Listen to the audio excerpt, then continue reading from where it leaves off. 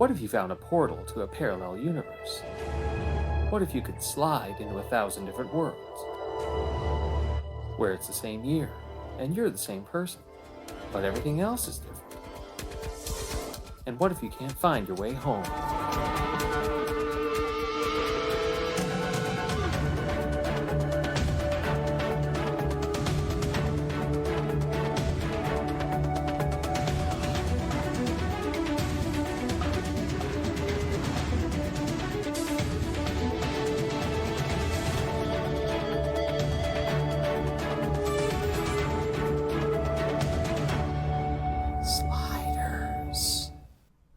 Hey everybody, welcome back to Fandom Entanglement, and we're talking about Sliders. We are in Season 3, we're starting Season 3, and I'm Damon Sugameli, this is my co-host Mike Bloxam.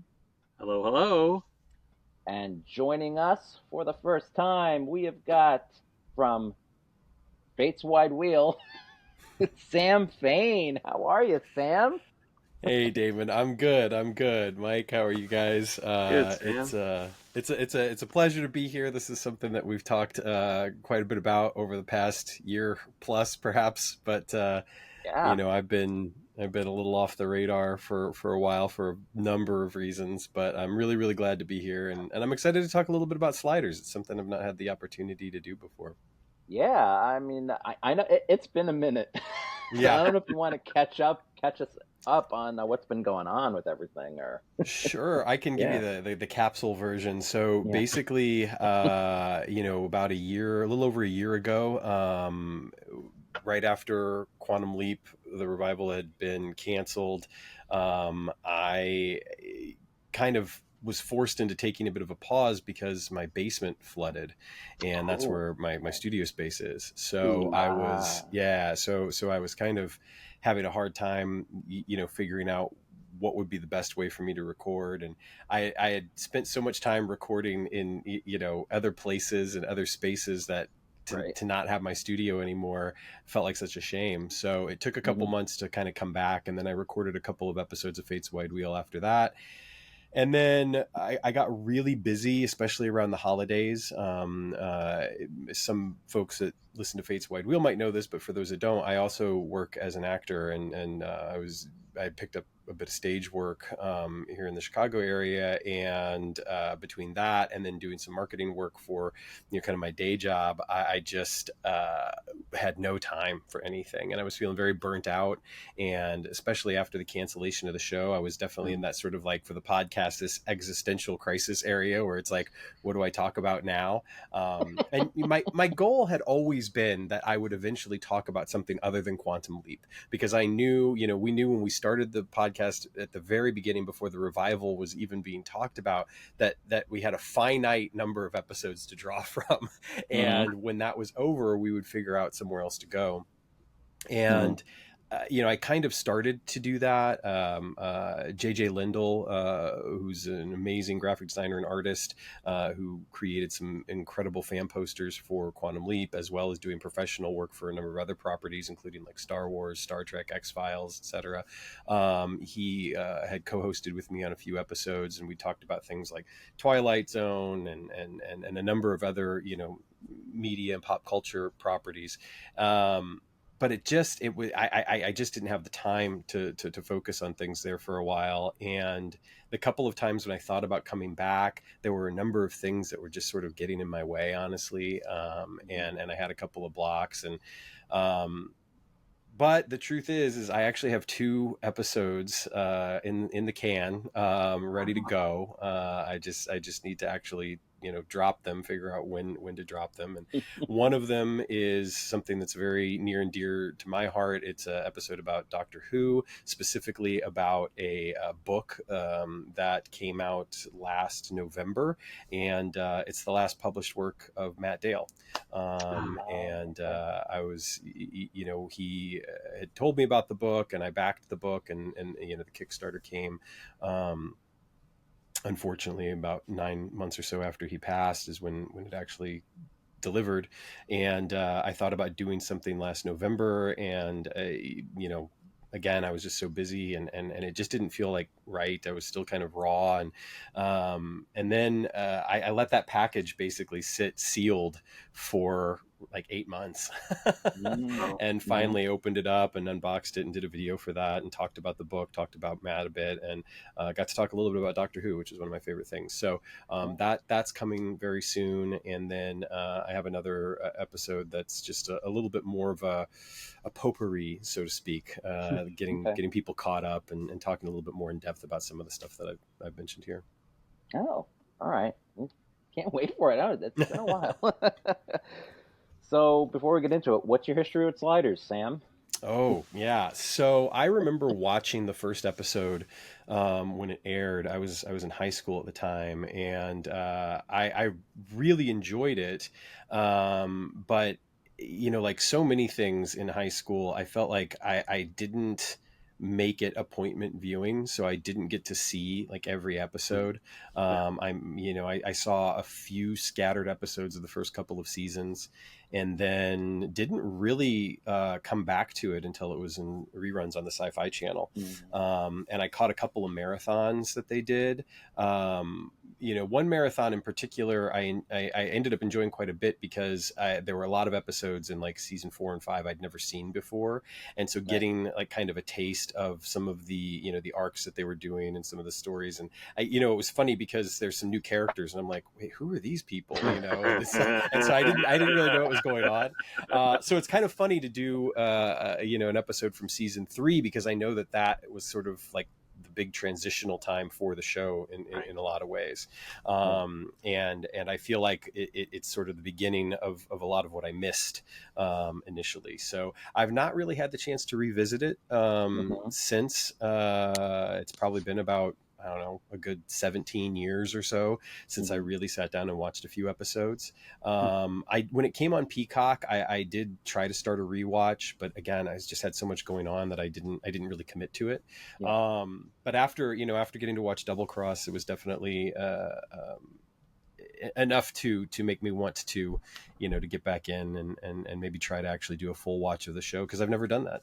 Oh yeah. Well, I mean, this was this is right before it's starting to get bad, but this is still, as I mentioned in my first impressions, it does still feel like sliders at this point. Yeah, we're right on the cusp right now where it's to that point. So I'm glad you're coming on for a good one.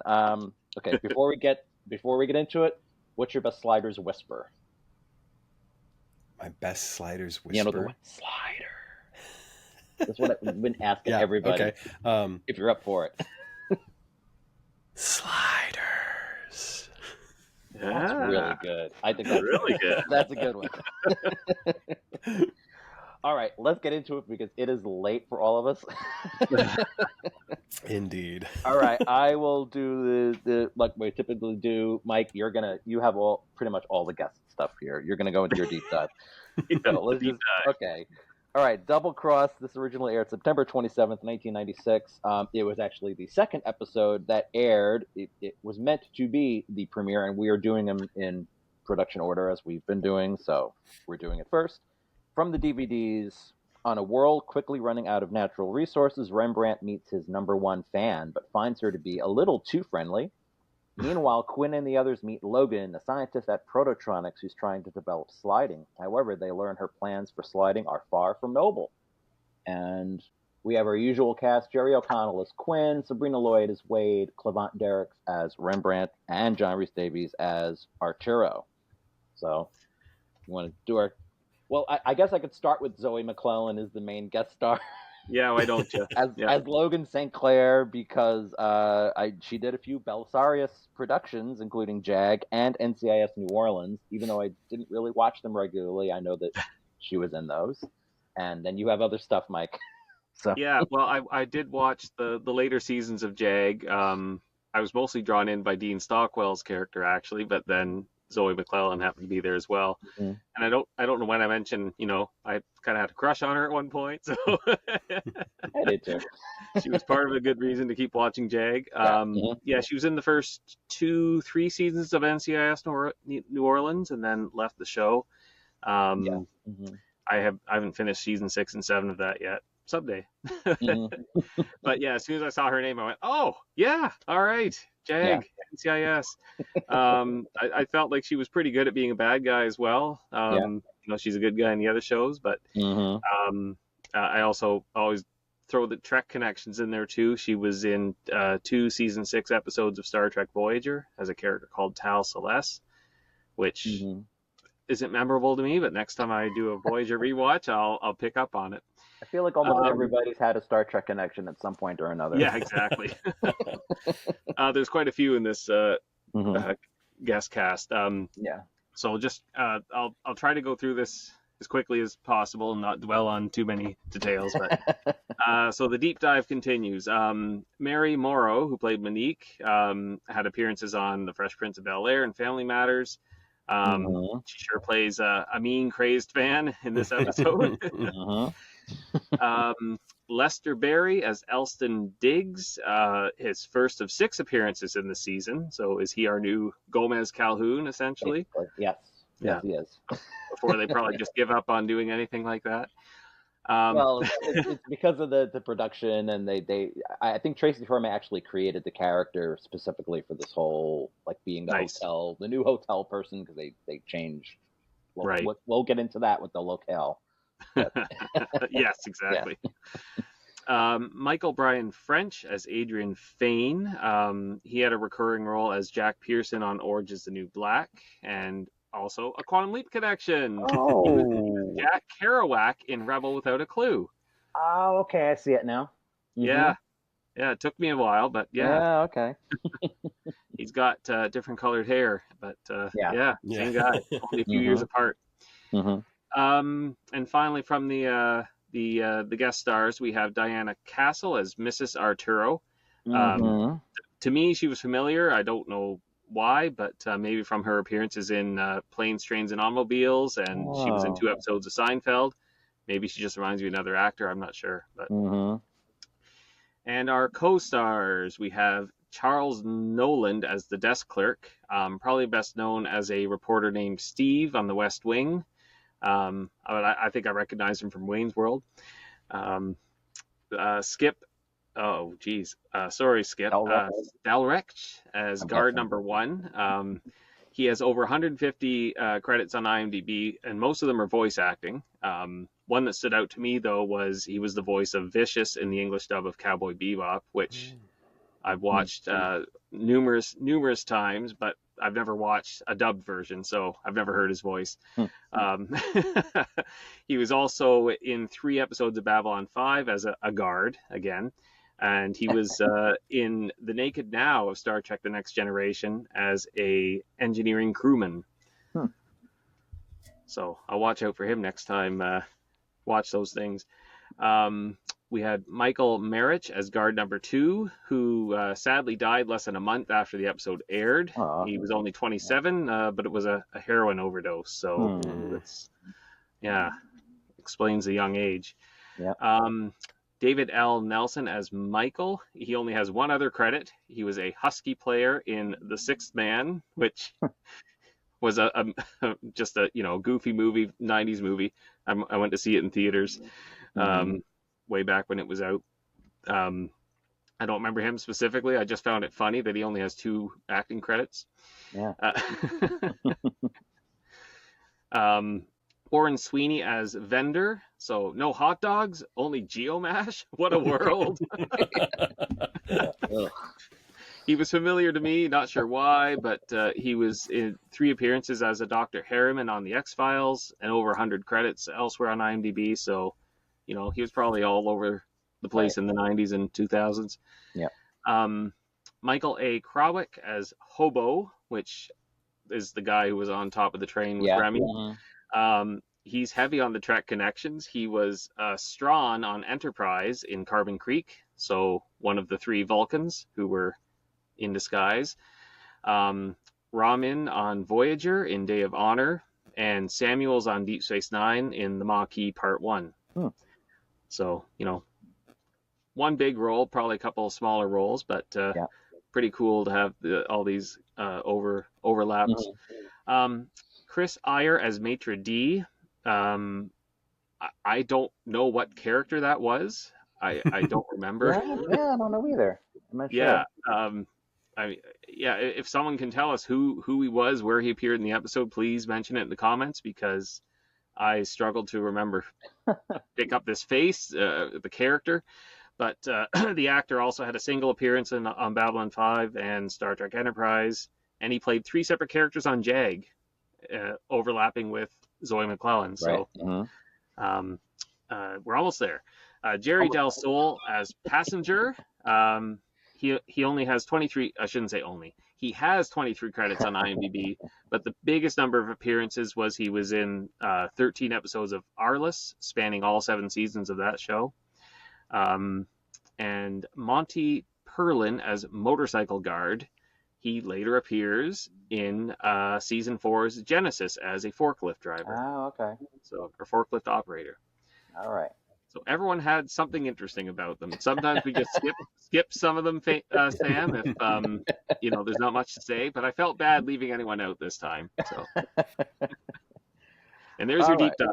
Yep. All right.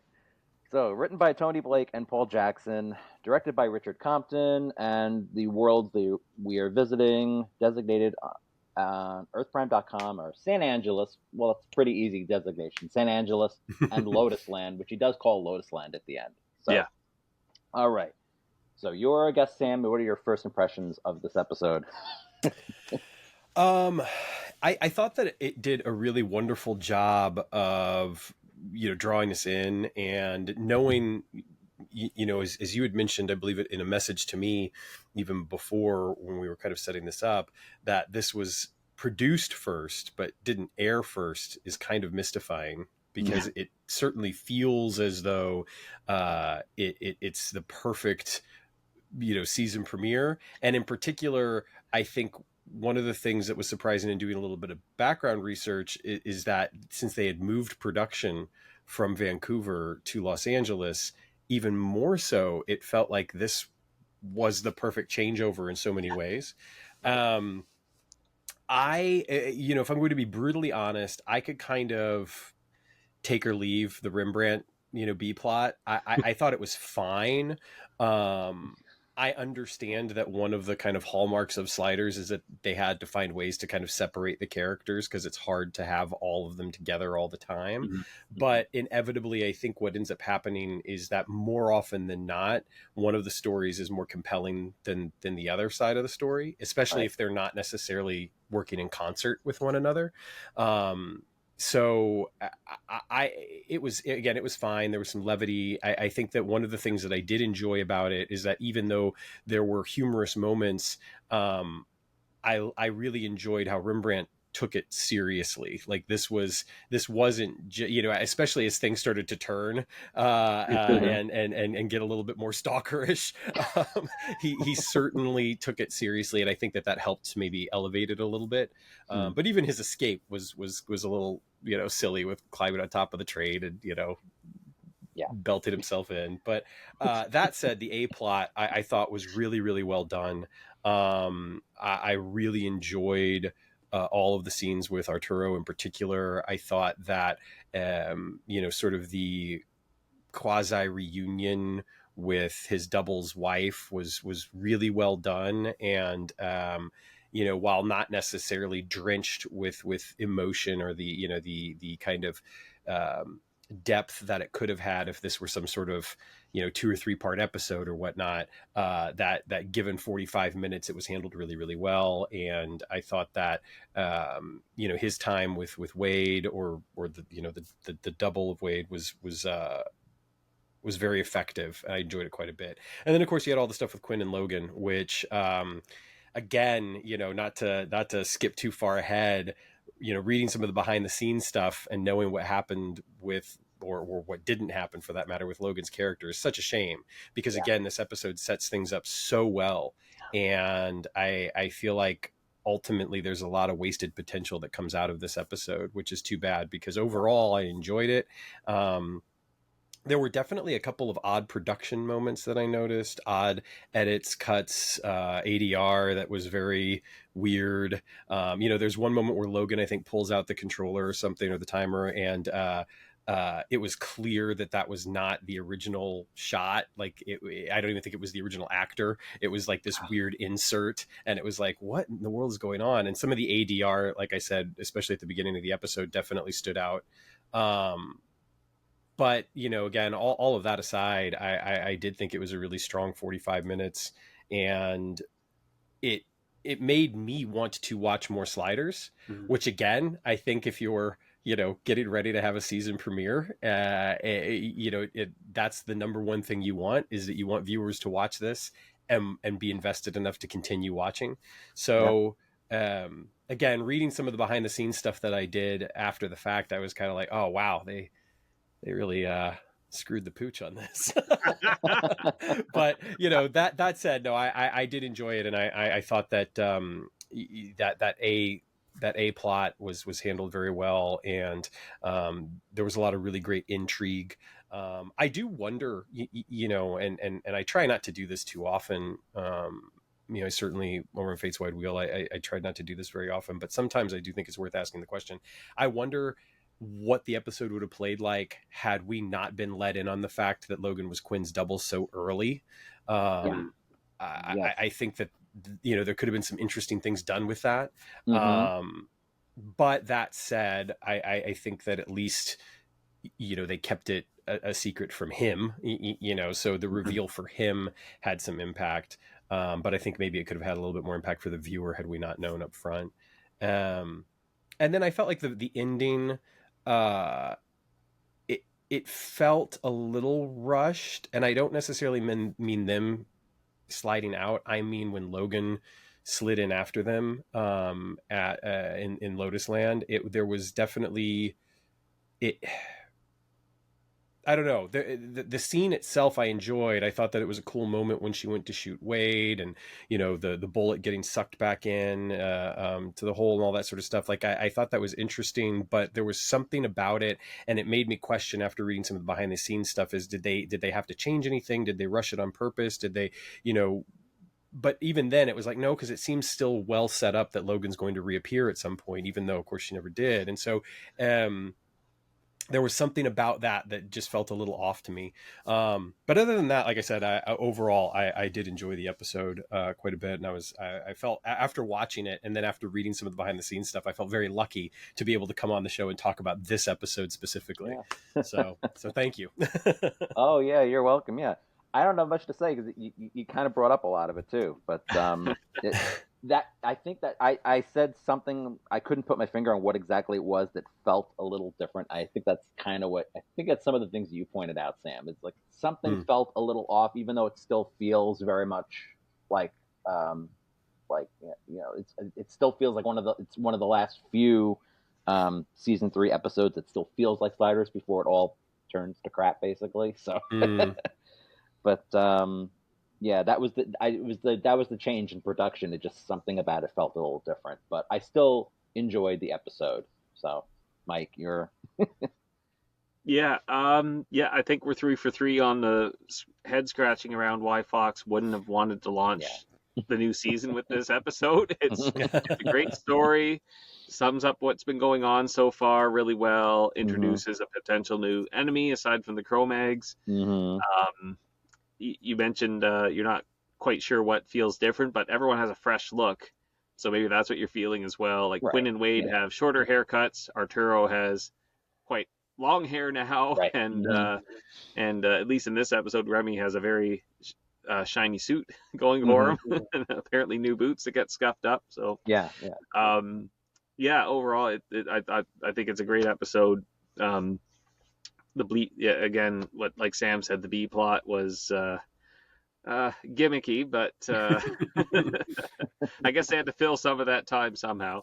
I would have liked a little bit more detail on how the world population exploded to have this massive city of California, basically, and all the natural resources being drained, how that didn't hinder population growth sooner. Like maybe there was a war or natural disaster. I feel like a little bit of flavor there would have helped really set the urgency about why they want to go out and raid all these other worlds by the use of sliding. So but yeah, overall, great episode.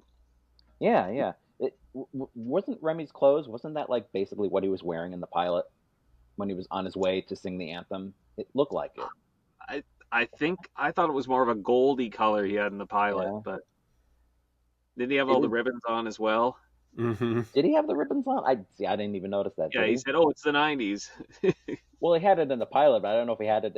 It looked almost the same. I was like, is this the same suit? I'll go back and look. I don't know. Okay, we kind of got into the alternate history a little bit. I guess we'll get.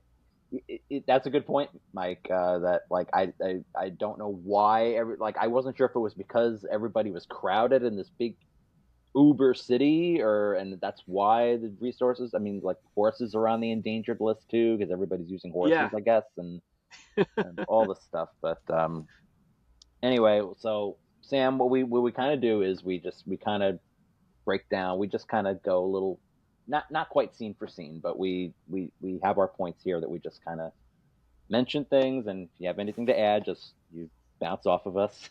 Sure. Yeah. Yeah, I'll throw something out there real quick about the kind of the alternate reality here. Sure. Is that I totally agree that there wasn't necessarily a lot of why things are the way that they are. But I think something that, when this show works well and when it does this right, it really pays off. And that is that it feels like we are in a very different type of world. Like there are, there are certain things that have been changed just a little bit here. And I feel like the show does a great job of doing that. And it, I guess I'd be remiss if I didn't make a parallel here, but in Quantum Leap, I think one of the things that I always enjoyed in particular about the classic series is that those first few moments when Sam has leapt in and he's trying to figure out when he is. And I think that, in a similar way, Sliders functions really well when the characters are working all of that out for themselves and we're seeing those differences. And I think for the viewer, it's very easy to then say, okay, this is the way that this world is different. And now what obstacles will it present for our characters? Mm-hmm. And I do think that this episode does that very well. Even if some of it, again, doesn't necessarily pay off, like the food stuff at the beginning, it's like, oh, what an interesting point if our characters are struggling to find food, and of course it doesn't really end up mattering much, but at the same time it lets us know exactly what kind of world they're in, and I appreciated that. So while I agree it would be really cool to hear the whys, and it makes me wonder too sometimes about like that B plot with Rembrandt. It's like if had that maybe been excised, or if there'd been a way to maybe shorten that, if we would have gotten a little bit more of our A plot with with like Logan and Quinn, and a little bit more explanation for why things were the way that they were. But even without that, I still appreciated the differences in the world and the setup for the world, and the fact that I knew within 3 minutes, I knew exactly where we were and what was different, and why it felt different for our characters as well, which is a good thing. Mm-hmm. Yeah. So at the beginning, like I just wanted to point it out. I find it hilarious that how Jerry still manages to kind of overact sometimes. He's like, "We're in a subway tunnel." Like I love you, Jerry, but like, okay, it's a little hammy. Yeah, okay. Yeah, I caught that too, Damon. But I felt like this was a bit of a silly situation, because there should be enough room on either side of the tunnel for them to kind of get out of the train's way. They shouldn't be trying to run down the middle of the track to get out. They should be just going off to the sides and let the train pass. But anyway, then I don't know, like maybe they would eventually get to a maintenance alcove or something. There should have been a way for them to be safe and get out. But I know it's for dramatic effect, and it just took me a little bit out of the actual potential for danger. But then Remy's foot caught on that like twine or like strap out of a backpack. I couldn't really tell what it was, but it was. I at first I thought, did he tear his pant leg? Like, is that his pant leg that got stuck to the? But no, but it didn't look like it. Yeah, looped around his boot. Attached to the rail. It's so weird. Yeah, it's very strange. Anyway. Yeah, and then I noticed I'm only noticing these things because I've heard Albie talk about it with Trexploration. It's Sector 47. The number 47 is a Trek thing apparently, and J.J. Abrams also repeats that number in a lot of his stuff in Lost and Alias and all these things. So I wonder if they were. I don't know. I just thought I'd point that out. Sector 47. That CGI train in Skyline, though. Yeah. I don't know if that would have looked good on the old SD televisions of the day. Like it's not fooling anybody. No. But I don't mind it that much because I think being a fan of some of these shows, whether it's Babylon 5 or Doctor Who in particular, some of that stuff, it just starts to feel like, this is to nudge my imagination along. It's not supposed to be the thing. And I think in this day and age, we're so used to everything being the thing that if it looks a little bit off, we'll just dogpile on it, like Black Panther with the rhinos and everything. I remember people complaining about that. And I never gave a second thought to it. And even on rewatches, I'm like, I don't understand what people are complaining about. And sure, if I got hypercritical, maybe I could say like, oh yeah, maybe they're not, as good as some of the other stuff. But I think the way that I tend to view these sorts of things is that it is more suggestive as opposed to being the concrete thing. And I know that's hard in a visual medium. We want it to be the thing. So I'm a little more forgiving. That said, yeah, it's not for everybody. I have it on my notes. I just wanted to make a comment with all those huge prices. I wonder if they were taking into account tariffs from imported goods. This is where we're headed. Yeah, I know. We don't have to talk about that. I just wanted to throw that out there. Guys, I just want to say, related to the gasoline, they had that solar car rolling by. I geeked out pretty hard because that is a solar racing car. And it was a pretty common design for university solar race cars of the day. Because I worked on a car called Midnight Sun 7 when I was at university, and it looked pretty similar to the body of this one, so it was pretty neat. Oh, cool. I just wonder if anyone could make out what school's car it was, because there was definitely a university logo on it toward the front, but I wasn't able to kind of pause it and get in. If anyone recognizes it, please, again, in the comments. I'm really curious. I didn't recognize that, but I did think that was a cool moment. I thought it was a nice element of production, and it helped to draw me into that world a little bit more. So it was a great choice, I think, on the production team's part to feature a car like that. Because you got people on bikes, you got businessmen on skateboards, you got a solar powered car. It's everyone's trying to deal with scarcity. Yeah. All right. So my word of advice to Rembrandt is: if a female fan approaches you, tells you that they are your number one fan, no matter how hot she may be, run far, far away. Run. Not in misery. Yeah. I had the exact same thought. Kind of reminded me of Moments to Live from Quantum Leap. That's true. Yeah. Although her husband wasn't as cooperative, I guess. Oh yeah. Wow.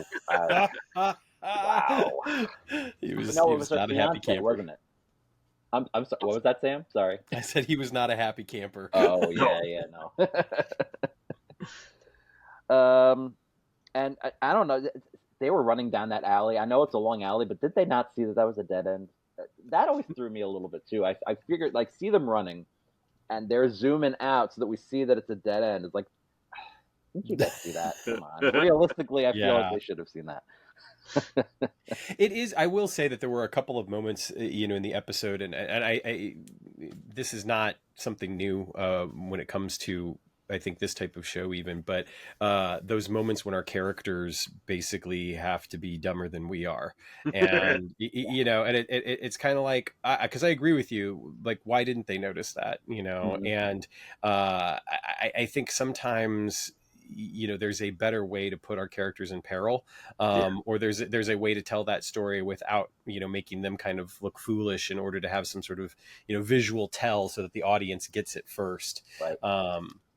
Yeah, and that happened a couple of times throughout the episode. And Quinn in particular, for someone who's supposed to be this genius, it's like, man, sometimes you're dumber than a box of rocks, especially when it comes to like, social interaction of any sort.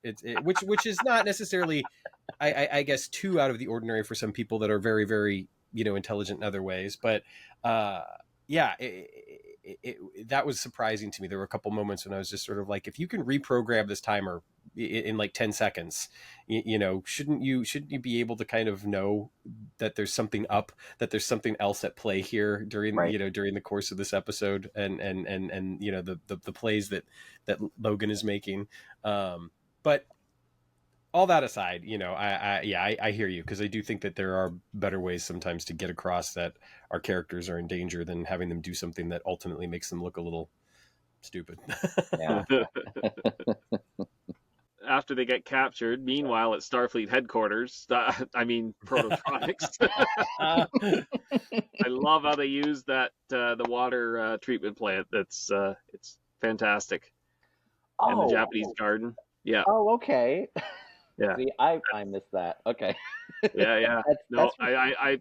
I pegged it right away. I was like, oh, that's Starfleet headquarters. Oh, okay. I didn't even realize that was the same set. Okay. Yeah, and the Japanese garden is part of that whole compound. Okay. When they're out talking to Mrs. Arturo in the garden. Oh, okay. That's the same garden where, they talk to Boothby and walk. Okay. Yeah. Yeah, I thought you were just being funny with the note. I did not realize that's what that Yeah. No, it was okay. Nice catch. An exciting geeky moment to to see it in Sliders. Mm-hmm. Yeah. So I will say, when I first saw this, even back in the day, when they showed their thermal scan heat signatures, they looked completely identical to me. So I kind of knew even before if the production of the show was trying to keep it a surprise, I don't think they did a good job, because I caught it right away.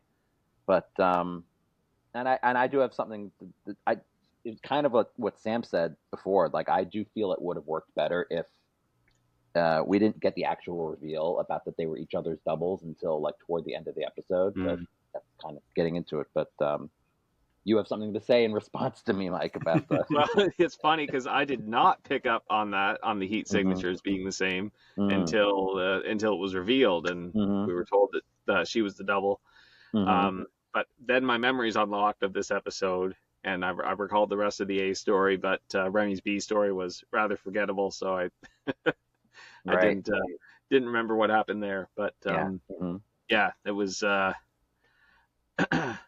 thought that was a good trick, but I agree with both you guys. That should have been kind of held from the audience until a bit later for more of that shock value. And yeah, anything more to say about it, Sam, or just? Yeah, I think that one of the things that it takes away some of the dramatic tension to me that we find out so early on.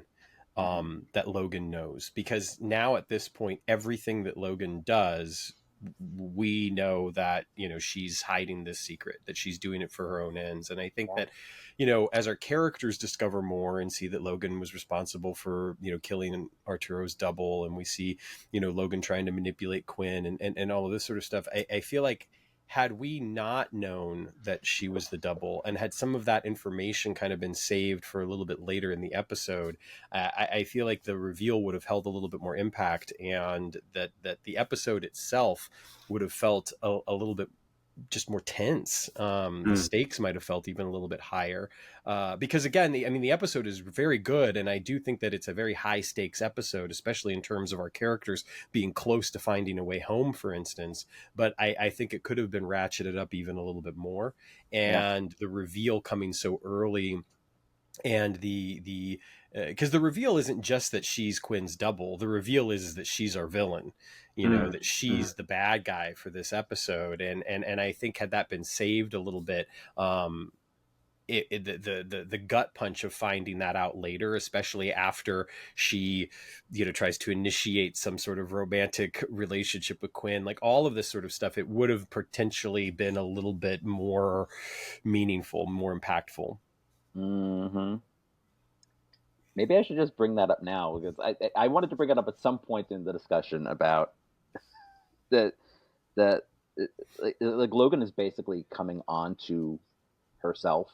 Mm-hmm. Like, I don't know what that is. It's not incest, but I don't know what that is.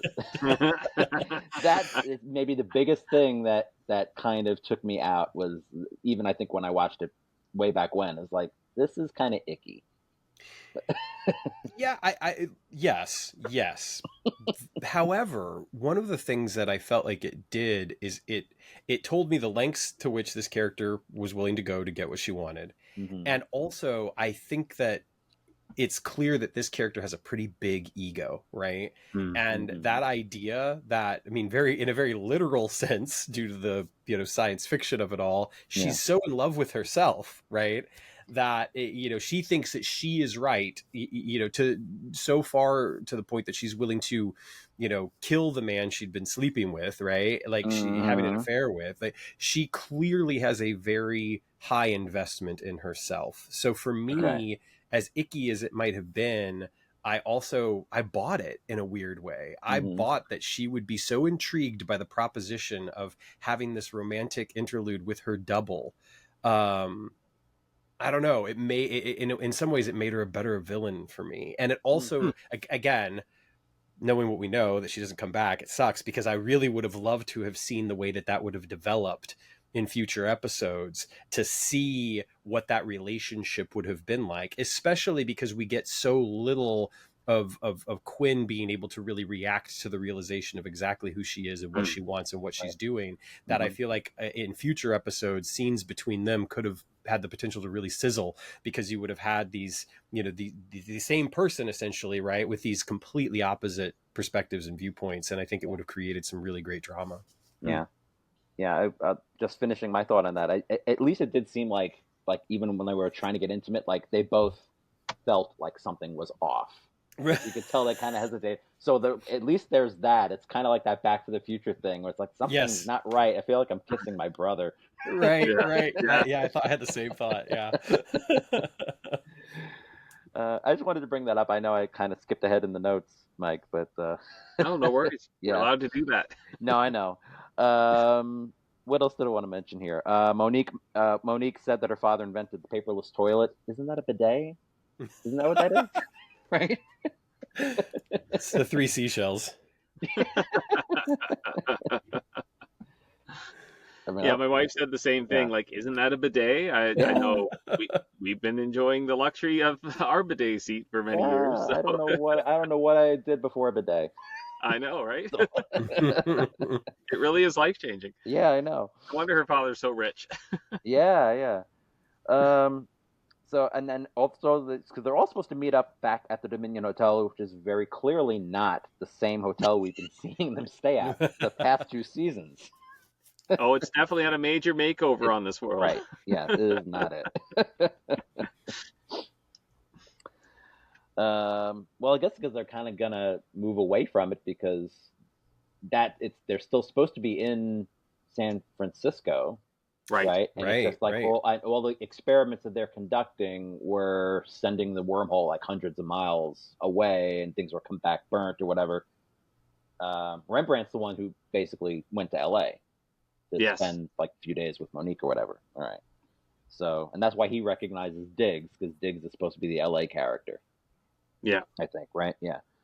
And again, kind of skipping ahead here, but I know later on when he's trying to get away from her, and she's like, "Sing for me," and he's like, he's trying to sing "Tears in My Fro." She's like, "What the hell is that?" Yeah, it's stupid. I hate it. It obviously never made the charts, and then it's amazing that he makes up the words on the spot for that song. I pawned my crown for you. He gets it right. She's like, "That's it." It's like, it was? Really? Yeah, there were levels to that moment too, where it was, you know, the relief that he got it right, the surprise and shock that he got it right, and then the surprise and awe over the fact that that was my hit song. Like you could just tell that there was that element, you know, to that moment for him. It was like, really? Yeah. All right, so this is where you have a lot more notes than me, Mike. Well, we get away from the B plot and into the, I guess, the danger zone. I did laugh pretty hard when Wade tried to download that video to a copy. I'm pretty sure a video would be more than 1.44 megabytes, but they might need a CDR instead. Which right. But somebody pointed out it looked like she pulled a cell phone out to call Arturo, but I think it was the desk phone, like from the security. It's just like a wireless phone from the security desk. Because at first that's what I thought too, but then when I rewatched it, you could see there's like a little charging station there for the what do you call it? Yeah, just like a handset, a wireless handset. Right. But of course that gets her captured, and you could tell right away when Wade showed up on the bike and approached them that it was the double. It wasn't our real Wade. I don't know. To me, it was pretty obvious, but I was kind of surprised that Quinn and Arturo weren't more suspicious, that they would have just released her because they convinced her she didn't know anything. It's I think she did know something. I think when I first watched it, maybe I didn't catch on right away. So that's weird. I mean, rewatching it, I remember that. Oh yeah, that's not her, and she's even showing up and she's yawning like she just got up or whatever. It's interesting because I didn't catch it at first either, and I did have a moment where I was like, why is she so upset all of a sudden, and then of course when the reveal came, I was like, oh okay, I get it.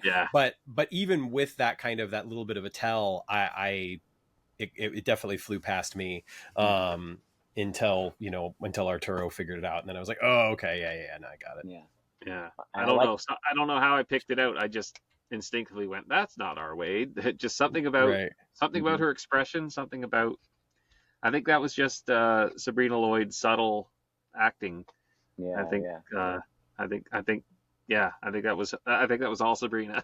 Yeah, and I like the tell that gave it away was because he was talking to his wife, finding out that on this world I invented sliding. He's finally like, I'm so proud of like this, something that he's wanted, and he's like, we had that whole thing going on in season 2 where he was like jealous of Quinn and like, oh, I should have invented it, and then she's like, well, if you invented it in your world, why? It makes sense you did it here. He's like, you're not her. That gave it away. I'm like, that I'm glad you brought that moment up, because that was genuinely, I think, one of my favorite moments in the episode, just acting wise and story wise, especially for the character, because even again, having been away from the show for so long and not being as knowledgeable, I certainly remembered that element of the show with Arturo and kind of a little bit of that jealousy and the angst that the character had. And so that reveal, that moment when he found out that his double had been the one responsible for creating sliding, it was a really, even again, coming to it with fairly fresh eyes, it felt like a big deal. It felt like a payoff in a way. And I think that, John Rhys Davies is fantastic. So he played the moment so well, and it had meaning behind it. In a really interesting way. And it was kind of a fun parallel, because the earlier moment had been comedic. This one was definitely not, where he saw the medal that he had been given, his double had been given. Like that moment was kind of, funny. And this one, again, a very similar kind of moment. And yet it was definitely not, a humorous moment. There was a bit of weight to it. And I thought that was well done. Yeah. They've captured the Wade double. They're trying to rescue they're trying to get away, I think. Quinn does something to the computer. Because Logan's onto them now, I think, right? Because, he claims there's a virus in the system, and that's how they get Wade back, and Arturo gets thrown into the wormhole that just ends up looping around. Right. Yeah. Okay. So that is what happened. He didn't actually go to another world, right? He just looped back. Okay. Yeah. Yeah, because I don't, and I didn't quite get why that happened. I felt like Quinn had Right. something to do with it. He was But surprised though. He was like, because he thought oh he yeah, he's like, died oh, again. Professor, yeah, Yeah, he thought he died. Like, well, this made me think too. Like, maybe the professor's double did not die. You think so? I mean, they kind of made it a point to show that things were coming back from the wormhole. Like they sent things out and they came back and they were all like burnt. He's like, is that what happened to yeah. my double? But you think there's this possibility? Not that it matters, but No, you have to wonder if maybe they... I don't know. I get the feeling that there was a charred corpse that came back out of the wormhole, and that's okay. Mm-hmm. Yeah, that's why Mrs. Arturo was convinced her husband was dead. Yeah. Yeah, because he was convinced too that he's like, I would not have tested this thing. I would have not just jumped in without testing it, because he kept getting on Quinn about the fact that we're in this mess because you didn't bother testing it, and now we're all in this mess because of that. So yeah, and I thought, that was another thing about the episode that, again, is mystifying to me, why you wouldn't want it to be a season premiere, especially to attempt to draw in new viewers. But there were a lot of really great moments that, while, again, there were a couple of payoffs, I feel like, for longtime viewers, there were a lot of great moments that easily set things up, even down to Quinn explaining what had happened to their timer and how he had tried to open a point too quickly afterwards and it corrupted the code and all. So it really helped to bring us up to speed in a great way.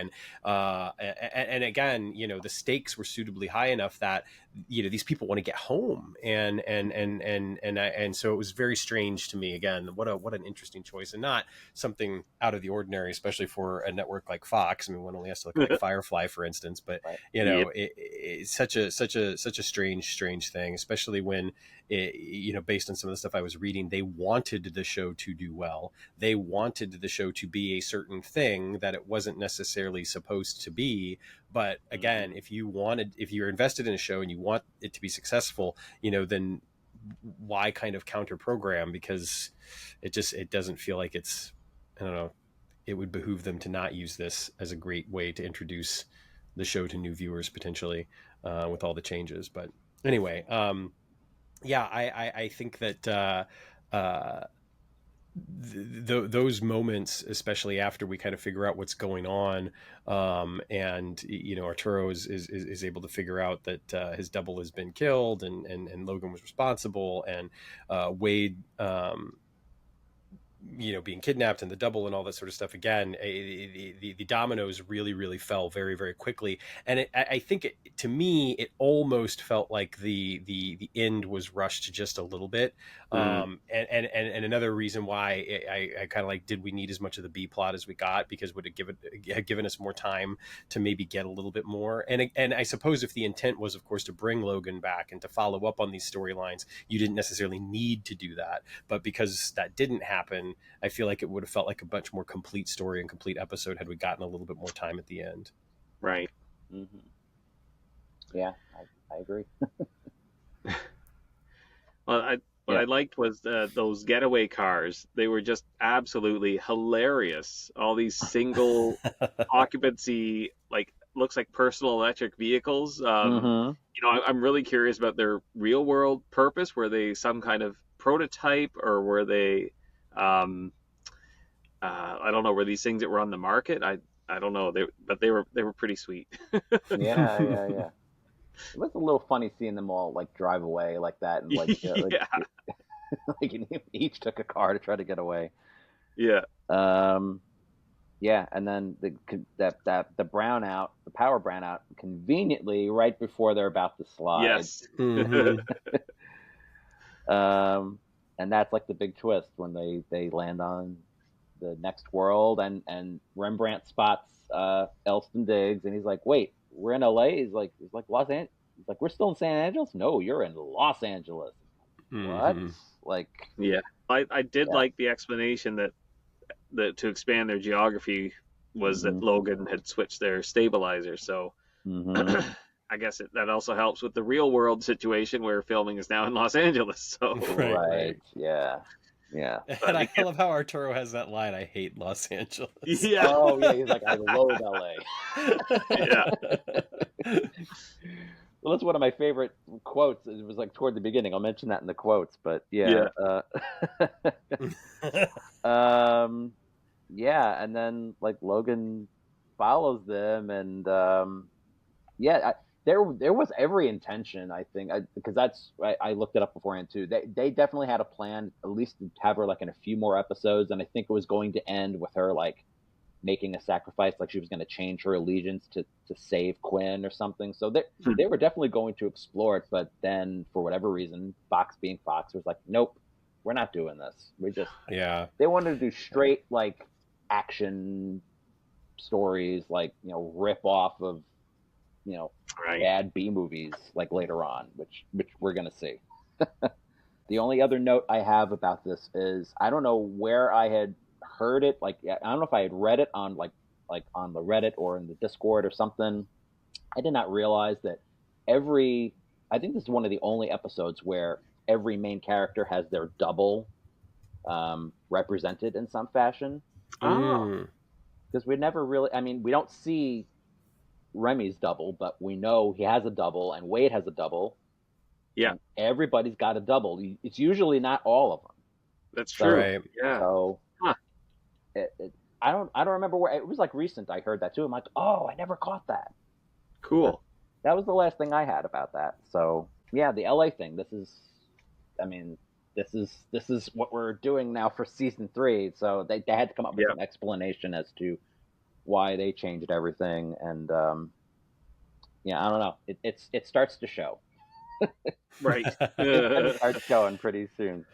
Yeah, I will say that again, as kind of a novice viewer, it's an interesting choice to expand your geographical location. I think that there's nothing necessarily inherently wrong with that choice. If anything, it can lead to, I think, maybe some very interesting potentially interesting locales to explore and, get our characters even further away from their comfort zone. Not only are they in a parallel world, but now they're in a parallel world, 300 miles from where they normally are or whatever. Yeah. So I do think that it could have given some really fertile ground to explore. But from what I've read and from what little I remember, that was not the case. That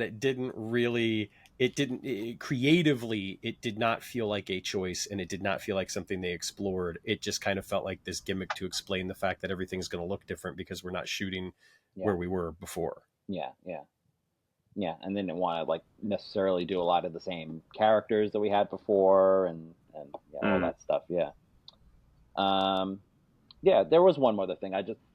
I liked the idea behind that, like Quinn had a female double. This is something that I don't feel has not been explored in a lot of. I'm sure that other science fiction has done it, but I think it's actually a pretty plausible idea, because as Arturo says, it's just the difference between an X and a Y chromosome, because we are inherently all, like, the template for a human is female when we are conceived. Right. Yeah. Right. Any other thoughts, guys, or just, I thought it was a very cool conceit to explore, and again, I wish that we would have had the opportunity to go in further with it. It was, again, it's one of those things where I watched this episode and I was like, I want to watch some more Sliders, and then of course reading some of the behind the scenes stuff, I was like, oh wait, really, this never gets followed up on. And it was just so disappointing, because I do think that it would have, again, it could have provided some really cool stuff to explore in the future. I mean, right down to Quinn's line about, like, what dark corner of our soul do you come from, right? And that recognition that he has, that you are just as much a part of me as I am of you, I think was fascinating, and again, really could have allowed us to explore these characters a little bit more in depth, and not just like Logan, but Quinn specifically, since he's our, kind of our protagonist. It's like the opportunity to kind of get into that a little bit more, I think, would have been great. But again, even knowing what happens, or what a little bit anyway of what happens with his character, it's kind of like, would there have been a point, going that much deeper? I don't know, but It's too bad that it hadn't been explored more. And I can't, off the top of my head, Damon, honestly think of many other, pieces of the genre that have explored that. I'm sure that they're out there. I'm sure that folks can leave comments about it, but it is a very intriguing thing, to say the least. And again, with my background from Quantum Leap, the exploration of what it was like for Sam to leap into a woman, and that sort of thing, the notion that you're looking at yourself, only it's not quite yourself, is amplified even more by the fact that you're looking at someone who is of another gender, and certainly I think being able to explore what it is to kind of exist outside of even that binary.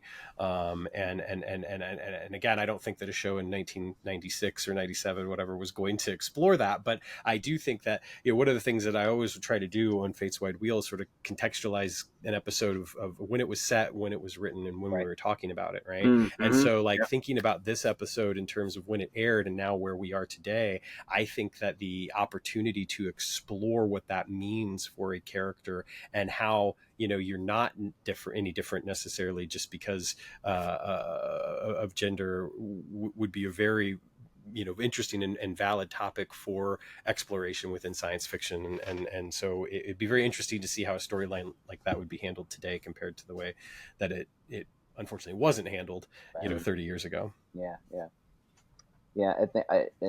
The only other thing I'll say is I think part of the reason they didn't want to use her again, apparently they didn't find Zoe McLellan attractive enough. Yeah. What they're thinking. Yeah, it's absurd. She's cute. Wow. And I'm sorry. Oh, yeah. No, absolutely. I mean, for better or worse, this was the network of 90210 and Melrose Place, though. So I guess if you weren't going to fit into a certain box, they didn't think you were going to move the numbers or something. But I mean, that's kind of what happens with Sabrina Lloyd and what? I never know how to pronounce her name. Carrie Wurr. Oh yeah, and whoever came down to, she was the one that they found more attractive, and they kept her, and whatever. Yeah. We'll get there. Yeah. All right. You got some goofs, Mike. We do. We have a couple that I saw anyway. Well, back to the subway. I mentioned they could have flattened themselves against the wall, but also the train would not have stopped immediately without brakes being applied. Like, even if the electrical supply had been cut off, the train almost stopped right away, and that it would have the momentum would have kept it going. It would have run right over the four of them if they stayed in the middle of the tracks. And then the other one I saw was the plaque under the metal where the disc is hidden reads Maximilian Arturo Congressional Medal for Scientific Excellence. Wow. It should say medal with a D, not with a T. Wow. Maybe in this, this scarcity society that they live in, it was more important to point out that it was made of metal. Yeah. I'll buy that. All right. Okay. All right. The memorable lines. This was the one I right at the beginning. Arturo says, "Good heavens, a union of Los Angeles and San Francisco. It goes against the laws of nature." I mean, I can't speak from experience. I mean, I only got to visit years back, but I mean, I don't know. Yeah. I guess you got to be a native. Maybe, yeah. Well, I liked how they tied together Remy's disappearance from the A plot, where Arturo tells him, "Well, I say go for it. Carpe diem, Mr. Brown." And then Wade's eventual reaction is, "How very male of you." Yeah. And then, of course, the aftermath when they meet up at the hotel, Arturo says, "Whatever happened to you?" Yeah. And Rembrandt says, "Well, carpe diem is what happened to me." Yeah. All right. You have any lines you remember other than that, Sam? Or Oh, there was the one where, when Wade was surprised by the Arturo's double's affair with Logan, and I can't remember exactly what Arturo says in response, but something along the lines of like, "I might not be your shower thought, but I have my admirers," or something like that. That was cute. Yeah. Especially in contrast to earlier, that moment with Rembrandt is what made me think of it, honestly. Yeah. Yeah, those moments between Logan and Quinn where they were, kind of parroting one another or finishing each other's sentences. Yeah. Those moments were almost annoying. But luckily they didn't overdo it. And so I feel like those moments were, kind of nice tells, and also made me wonder, like, and this is a good thing. It made me wonder how accidental it was. Was Logan trying to make these moments happen in order to push that, that romance, that potential romance with Quinn in some way, or were they really just that in sync, and was Logan seeking to use that to her advantage? Because again, I thought it was, I thought those moments, again, they could have been annoying, could have been overdone, but luckily they were able to kind of, thread that needle. So that stood out to me as well. Yeah. That's what I forgot to mention. She said that the reason why she was her mother remarried a man named St. Clair, and that's why she took her stepfather's name. Which is why the name was different. Yeah. And St. Clair, the rumor has it that it's also on EarthPrime.com. The rumor has it that it's named after the production company. If you see at the end, it says St. Clair Productions or something. Oh, so that could be why they use that. Interesting. Yeah. All right. All right. So you want to skip the comments, Mike? It's late. We could do that another time. Sure, we can save them. Yeah. So we'll just get into the final thoughts and yeah. All right. So So before we do that, Sam, we're doing the out of 10 silly objects. You have got a silly it. object? Okay. Yep. All right. You got it. All right. So our final thoughts and ratings. I guess you go first, Sam. All right. So the only thing I can think of, especially since we joked about it earlier, is I'm going to give this 8 floppy disks out of 10. I thought it was very well done, and I really enjoyed the A plot. I really enjoyed the introduction of the character of Logan. I thought that the stakes were handled well. I thought that, it's funny because we spent a lot of time talking about, like Quinn and Logan and some of the trappings of the society that they were in, but ultimately, in a lot of ways, this episode felt more like an Arturo episode than anything. And I really appreciated it for that. And I appreciated his story and kind of the impact that this episode had for his character, because I certainly felt like there was a lot at play for him, a lot kind of going on underneath the surface. And it felt almost like by the end of this episode that, some of the angst and disgruntlement, if you will, had receded a bit. And I don't know, because I don't remember and I haven't seen enough of it, if any of that really gets paid off, if that continues with the character or what. But it felt like I was seeing something important for that character. And then in terms of just the whole episode for Sliders, again, it felt like I was seeing something important and meaningful and impactful for Sliders. And so that was kind of cool. Again, after I saw the episode, I was like, man, I'm really glad I get to talk about this episode, because it feels like it's an important episode in the tapestry of Sliders. So, and well done to boot, like the X-Files. It's funny. The X-Files has some very big, important episodes, and they're not that great.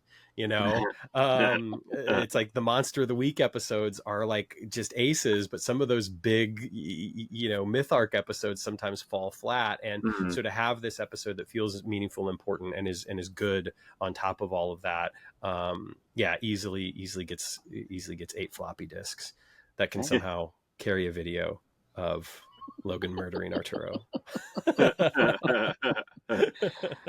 All right, I guess we'll go up.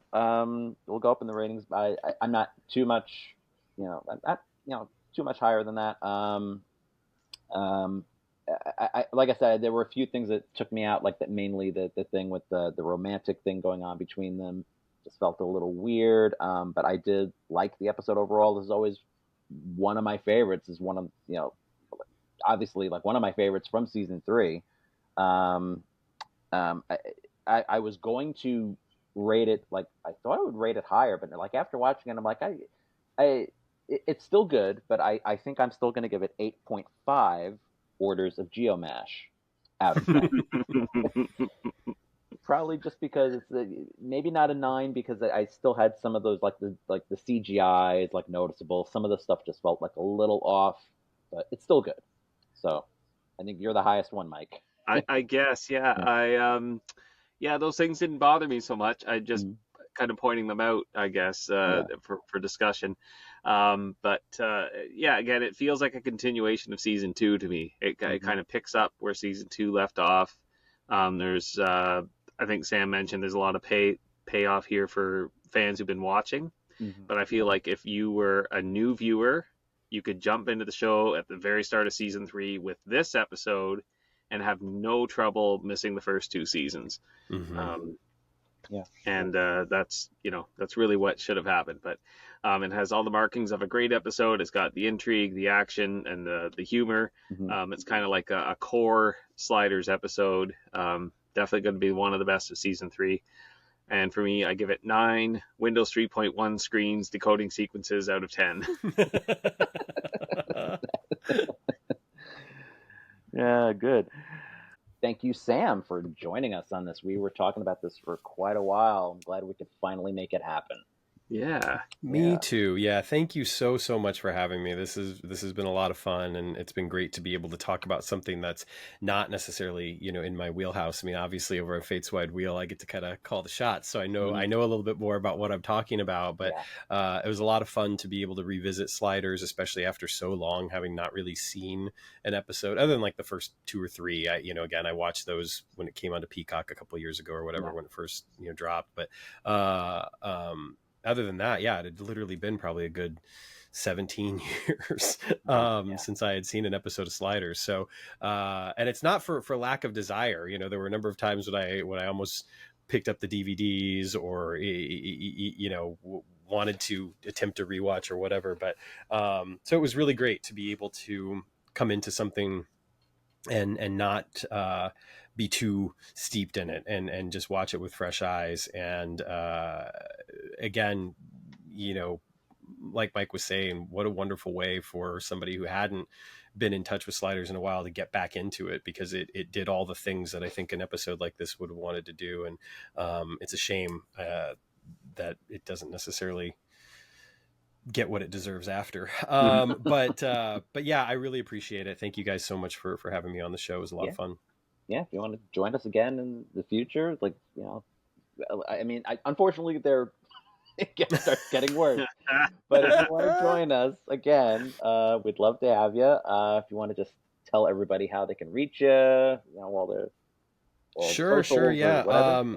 So honestly, these days, the best way to find Fate's Wide Wheel and find me is just to head over to fateswidewheel.com. I don't really have a big social media presence right now. I don't really use Twitter, X anymore. Instagram, I'm still a little active on.